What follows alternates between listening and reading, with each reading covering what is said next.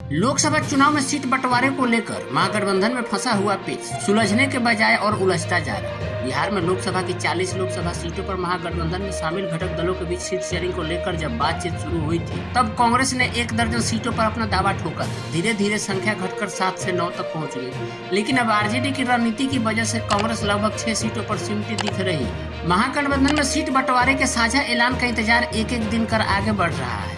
शनिवार का दिन भी इसी इंतजार में निकल गया और आज रविवार को साझा ऐलान की उम्मीद एक बार फिर से जताई जा रही है। तेजस्वी यादव आज हम दिल्ली रवाना हो रहे हैं। वे कांग्रेस के सीनियर नेताओं से मीटिंग करेंगे और इस पर सीट शेयरिंग की भी अंतिम बातचीत होगी। सूत्रों के मुताबिक कांग्रेस को आरजेडी की तरफ से केवल 6 लोकसभा सीटें ऑफर की जा रही है। पूर्णिया, औरंगाबाद, कटिहार और पूर्वी चंपारण पर आरजेडी के दावे के बाद कांग्रेस फ्रेंडली फाइट के मूड में है।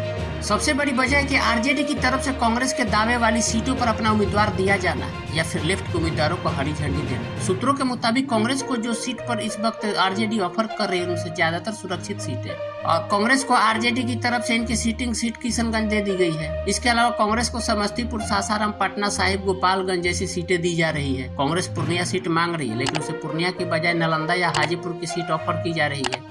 कटिहार सीट पर भी पेच फंसा हुआ है। कुल मिलाकर मामला 6 सीटों से आगे नहीं बढ़ रहा है। पूर्णिया सीट पर आरजेडी ने नया पेच जेडीयू के विधायक रही बीमा भारती को अपनी पार्टी में शामिल कराकर फंसा दिया है। पप्पू यादव ने इसी कमिटमेंट के साथ कांग्रेस में अपनी पार्टी का विलय किया था कि उन्हें पूर्णिया सीट मिलेगी, लेकिन आरजेडी की रणनीति में पप्पू के भी तोते उड़ा दिए हैं। सबसे दिलचस्प बात यह है कि लालू यादव और तेजस्वी यादव ने कांग्रेस को दबाव में लाने के लिए अपने उम्मीदवारों को साझा घोषणा के बगैर ही सिंबल देना जारी रखा हुआ है। बात पहले चरण के उम्मीदवारों से आगे निकल चुकी है और लगभग सभी चरण के उम्मीदवारों को सिंबल दिया जा रहा है। उम्मीदवारों की एक पूरी लिस्ट तैयार है जिसे लालू की तरफ से हरी झंडी मिल चुकी है। इतना ही नहीं, लेफ्ट की तरफ से भी अपने दावे वाली सीटों पर उम्मीदवारों की घोषणा की जा चुकी है। माले और सीपीआई दोनों ने अपने उम्मीदवार घोषित कर दिए हैं।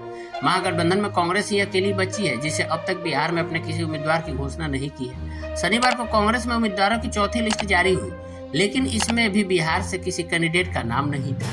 बिहार कांग्रेस के अध्यक्ष अखिलेश प्रसाद सिंह बार बार लालू राबड़ी आवास का चक्कर लगा रहे हैं, लेकिन बात नहीं बन पा रही है। ऐसे में यह भी माना जा रहा है कि अब कांग्रेस को अगर सम्मानजनक सीटें चाहिए तो सोनिया गांधी या फिर राहुल गांधी को हस्तक्षेप करना होगा।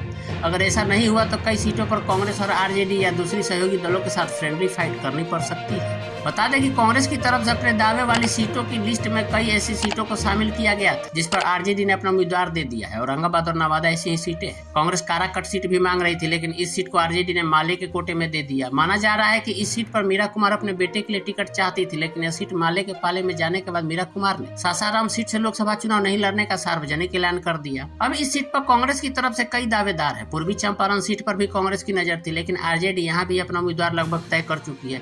ऐसे में 6 सीट से ज्यादा अगर 7वें सीट तक बात पहुंचती है तो आरजेडी के सिंबल पर ही बेतिया सीट से कांग्रेस का कोई चेहरा मैदान में उतर सकता है।